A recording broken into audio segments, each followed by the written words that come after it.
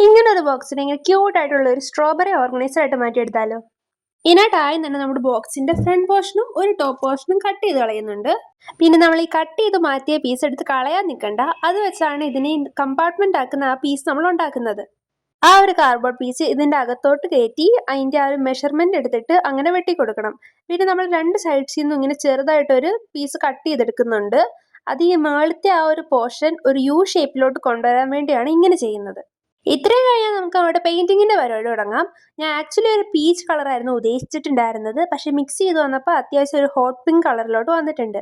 പിന്നെ അതിലങ്ങ് കണ്ടിന്യൂ ചെയ്യുകയായിരുന്നു ചെയ്തിട്ടുണ്ടായിരുന്നത്. ഓർഗനൈസറിന്റെ പാർട്ട് ഒരു ഹോട്ട് പിങ്ക് കളറിലും ആ കമ്പാർട്ട്മെന്റ്സ് കുറച്ചുകൂടെ ഡാർക്ക് ആയിട്ടുള്ളൊരു പിങ്കിലുമായിരുന്നു ചെയ്തെടുത്തിട്ടുണ്ടായിരുന്നത്. ഇത്രയൊക്കെ ഒട്ടിച്ച് കഴിഞ്ഞപ്പോൾ എന്തോ ഒരു മിസ്സിങ് പോലെ തോന്നി. അപ്പം ഞാൻ ഒരു ക്യൂട്ടായിട്ടുള്ള സ്ട്രോബെറിയും കൂടി ഇതിന്റെ മുകളിലോട്ട് ഫിക്സ് ചെയ്ത് കൊടുക്കുന്നുണ്ട്. അപ്പൊ നിങ്ങളുടെ ഡെസ്കിലെ കുഞ്ഞു കുഞ്ഞു സാധനങ്ങളൊക്കെ ഓർഗനൈസ് ചെയ്ത് വെക്കാൻ ഈ ഒരു സംഭവം അടിപൊളിയായിരിക്കും. ഈ ഒരു ക്രാഫ്റ്റ് നിങ്ങൾക്ക് ഇഷ്ടപ്പെടുവാണെങ്കിൽ ഈ ചാനൽ സബ്സ്ക്രൈബ് ചെയ്യണേ.